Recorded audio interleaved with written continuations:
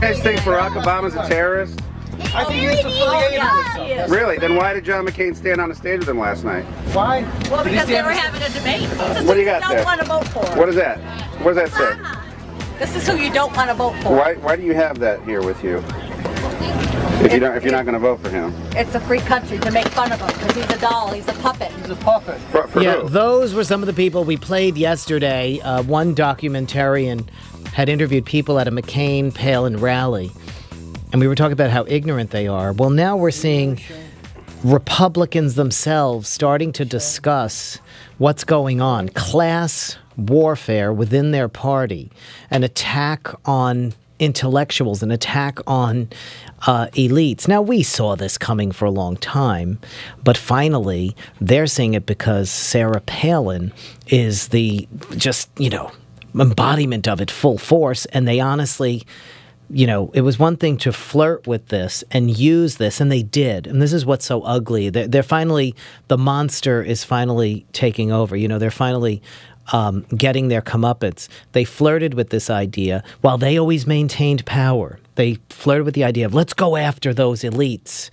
and called Democrats, cowards for being intellectuals and all of this. They demonized education and they put out front their, working class kind of guys and tried to appeal to that, made Bush into one of them, the macho guy.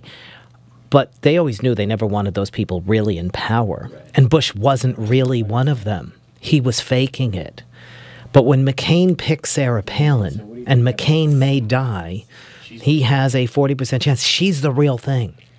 And she's turned this whole thing into Joe Sixpack. And I said the day she was picked, I said, the Rockefeller Republicans are not going to go for this. Well, now David Brooks is writing about how conservative columnists who consider himself an intellectual, that this is an attack on intellectualism. The Republican Party has just created class warfare. And that's why you're seeing John McCain inspiring some of these people and the ugliness that they're putting out there. And see, Republicans have never had a problem with all of that being there, but just make sure it doesn't come out. But now it's coming out, and they just don't want to live with it. You know what I mean? They could vote for somebody who is using vicious rhetoric as long as they don't have to hear it, right? But now they're seeing these people, hearing these people. He's losing, the Democrats are gaining among bankers, among investment bankers, tend to be conservative, among doctors, among lawyers. White professionals who voted Republican just cannot with this what John McCain has done. And now you're suddenly seeing the fruits of what they have created over the past several years. 866-305-6887, toll-free across North America. Let's go to the phones. Interesting discussion. Al in Cleveland, Ohio. You're on the Michelangelo Signorelli Show. Hi, Al. Yeah. What's your thought? Well, excuse me? Yes, what did you want to say? Oh, I just wanted to talk a little bit about, I was listening to the show, and the conversation is absolutely great. But from a college perspective, I happen to teach at a university, and I'm noticing the backlash that Michael's talking about inside the university. This is Mike. You're talking on the air now. I just wanted to let you know, Al. Okay. Okay, Mike, thanks. I just wanted to comment that I see this backlash that you're talking about where students are starting to feel a little angry that they're being referred to as hockey moms and Joe Sixpacks. And it's also spreading throughout the staff of the university, and it's pitting people against each other, which is exactly what you're talking about. I think I can see it starting to backfire. At the beginning, students kind of got a kick out of it and thought it was great, but now it's starting to turn around, and there's been a lot of backlash, people saying, I'm insulted. What's going on and what I'm being called. Because it's an attack on all people who have an education. It's an attack on education in and of itself, and a glamorizing of the working man or the hockey mom to the point of saying, it's actually better to be somebody who's unqualified for the job. Right, and the sad thing about that, Michael, is that the kids today, students in general at all levels, need to be encouraged in terms of education. And what this does is further try to discourage them.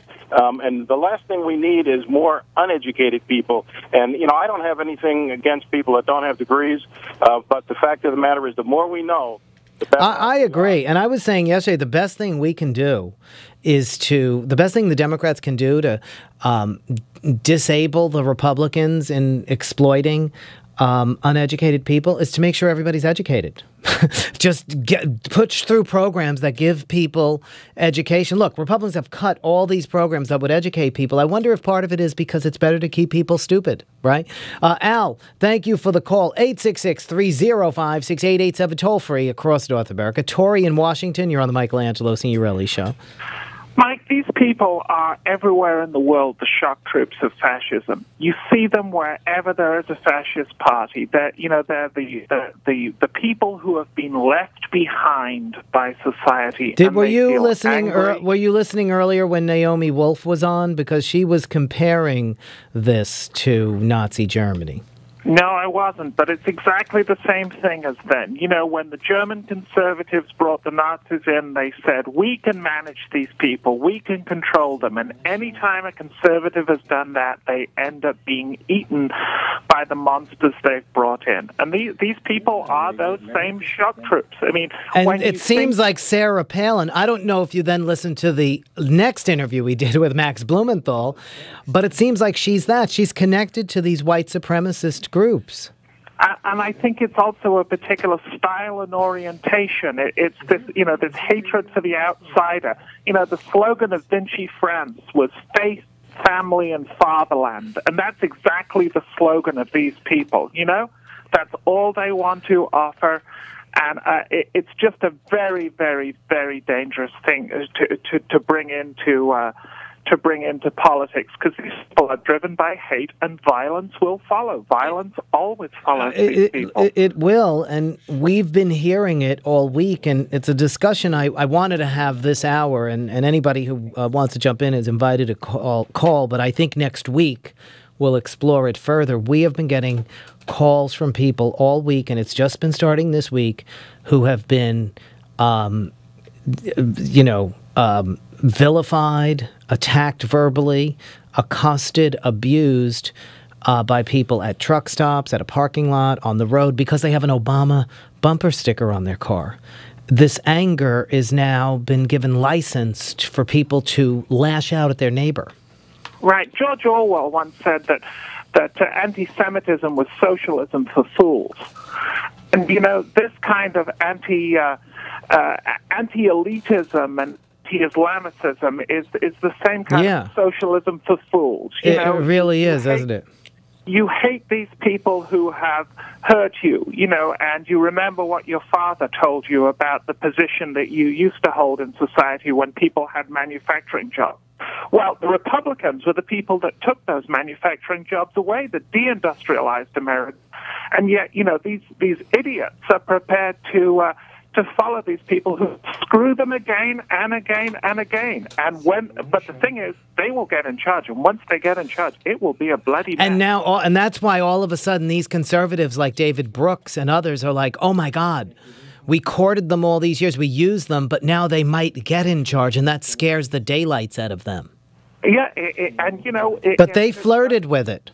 They did everything from Nixon's, Southern strategy onwards. The Republican Party, once the party of business and centralization and small government, so is now really, a fascist party. They have to. You just made me realize that David Brooks and others now realize they have to defeat McCain.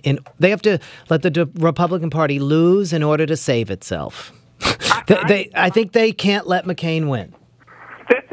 This election, were those two to win, this election is very threatening to the very republic of the United States. It's a question of, are we going to continue to have a republic or something? I mean, think about it if you read about this as being a banana republic somewhere. A populist party with an old war hero at its head takes control of the government. You think, oh my God, that sounds awfully familiar. Heard about that in the past. That sounds a lot like fascism. And that's exactly what we're to be getting into. And on top of what we've had with Cheney and all of the militarism in the last 2 years, it's a very scary. It really is.